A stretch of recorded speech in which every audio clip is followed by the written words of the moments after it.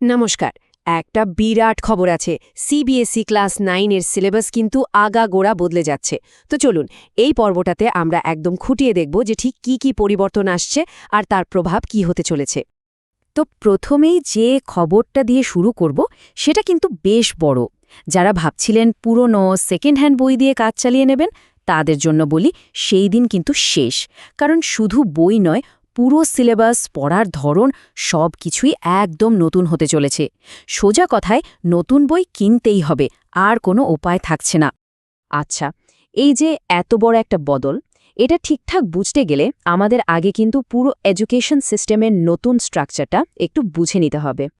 দেখুন, আমরা সবাই তো 10+2 সিস্টেমের কথাই শুনে এসেছি, তাই না? ওটা এখন আর থাকছে না।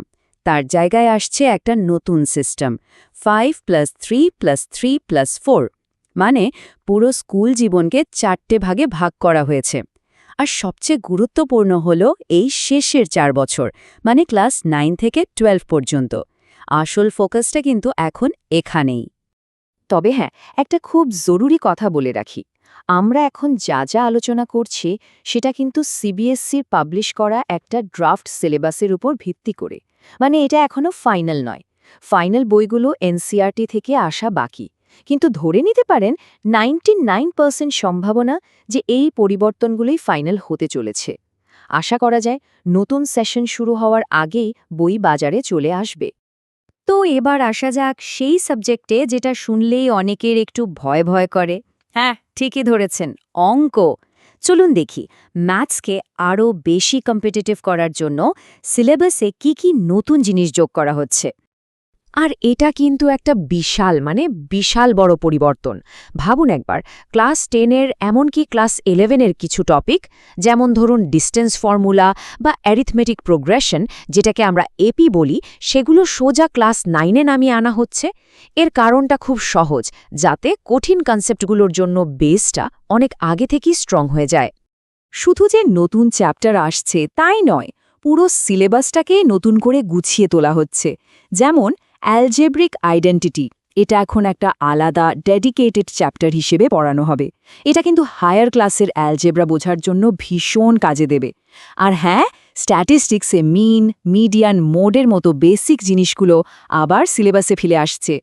অঙ্কে আরও একটা ইন্টারেস্টিং ব্যাপার ঘটছে। এবার থেকে দুটো লেভেলের পরীক্ষা হবে।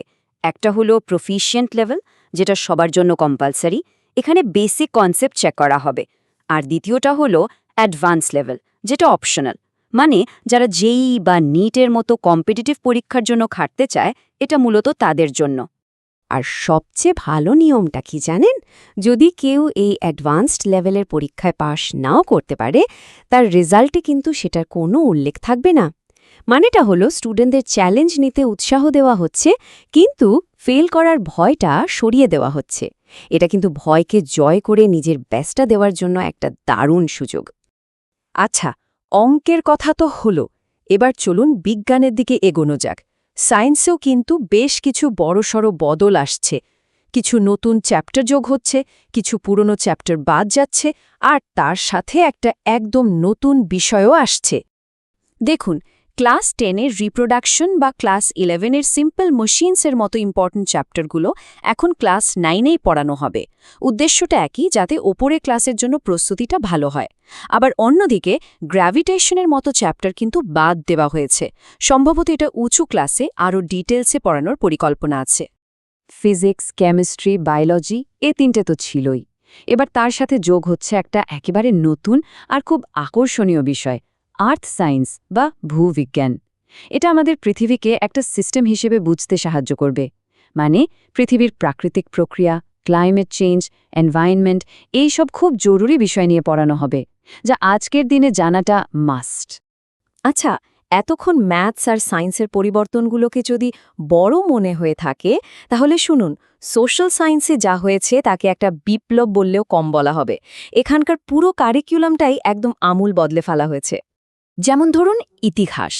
আগে যেখানে ওয়ার্ল্ড হিস্ট্রির ওপর অনেক জোর দেয়া হতো, এখন সেখানে ফোকাসটা সরে আসছে ভারতীয় সভ্যতার দিকে, মানে আমাদের নিজেদের কালচার, হেরিটেজ এগুলো আরও ভালোভাবে জানার সুযোগ হবে।